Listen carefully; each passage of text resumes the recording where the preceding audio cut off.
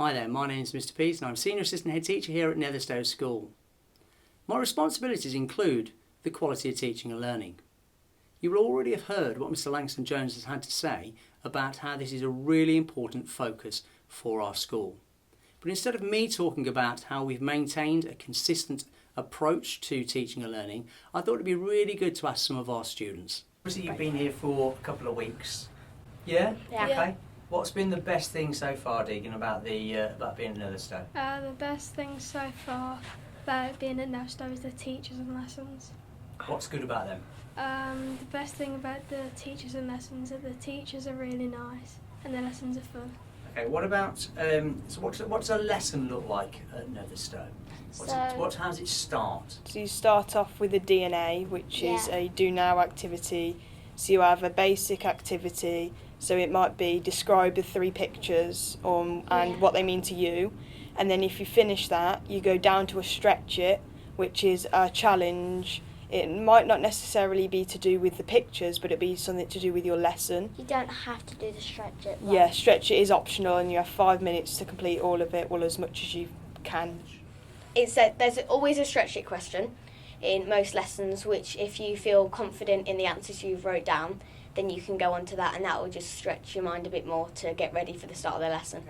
Okay. Does your teacher go through the answers? Oh yeah, they go through the answers, and then we'd move on to something else after. Well, if we got stuck on any of the questions, then they'd go over them and things like that.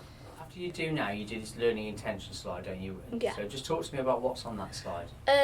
So usually there's at the top it's got the learning question, and in your books you've got a bit at the top where it says date and learning question, and then it's also got a keywords bit where it tells you a keyword that you're going to be not learning about, but you'll need to know for the lesson, and then it's got the meaning of that, and then it's got your success criteria along the side, and it's got the different things that you'll be doing in the lesson. On the left hand side of the board there's a secure and sometimes going further or Achieving excellence. Achieve excellence. Can you just talk to me about that? Why that's there?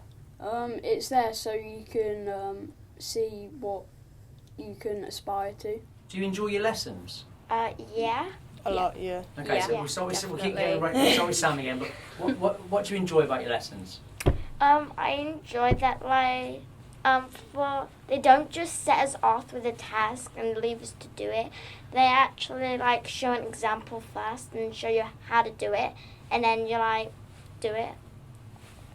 We call that I do, we do, Yeah. you do. So how it works is that the teacher will, say in maths, they will write out how to do an equation on the board, and then we do a whole class will do it.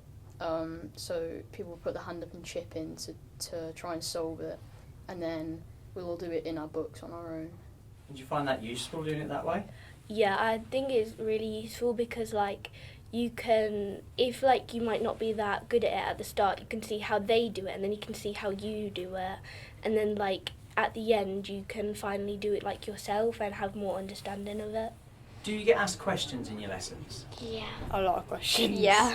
And is it just the teacher asking you questions, or...? No, we can ask questions. You can ask questions as well? Yeah, as well as you can ask questions, you can also ask questions to other students. Yeah. So I know in our history lesson or English, I think it's English actually, if the teacher asks you a question, but you're not sure about the question, you would then repeat that question to another student. Yeah. And to try and get them to answer the question. Yeah. Sometimes those questions are quite hard and they make you think. Yeah. Yeah, they range from not easy, but almost as if one word answers to full sentences. They can really range between the two. And there's a particular question that comes a lot of the time at the end of a lesson called a red zone. And that is one of the that's mainly the challenging question.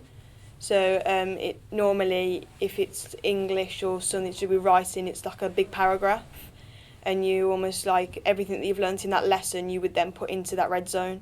And then Nick, when you've had a go at it, what happens next? The teacher would either go through it, or they'd just help us out on the things after, because well, we'd get the answers done so we can find out what we got right and wrong, and then if we got stuck on anything, they'd go through it.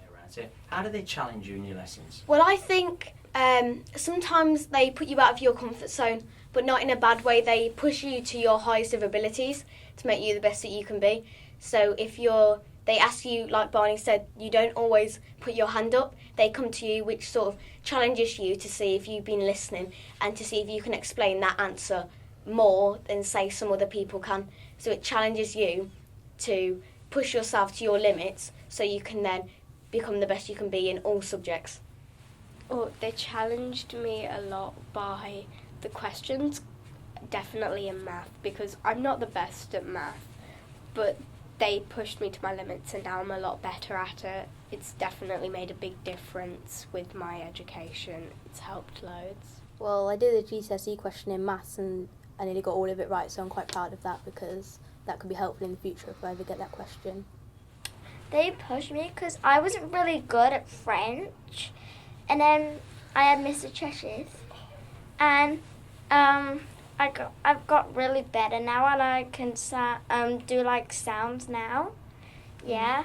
And if you don't know how to do it, you have like the knowledge organisers, which can help with your learning. Talk to me about knowledge organisers, Annie. What are they? Well, knowledge organisers is something you carry around with you that you can take home, but it needs to become back in school if you take it home. And it's got lots of different things in it to help you with your subjects. It's also a place you can store your homework, has your timetable in, and places that you can keep track of if you have done or haven't done your homework. But is there a piece of work that you're really proud of so far? Yeah, I've got a piece of work that I'm really proud of. It's probably the artwork that we did. So we had to do mark makings, but not mark makings. So you had to draw the mark makings. Yeah. I'm really proud of that piece of work. At the moment. Probably the best piece of work that I've done so far is probably my maths one, because I always get told to say, you've answered too many questions this lesson, let's go to somebody else. So I've done really well on maths. So you maths.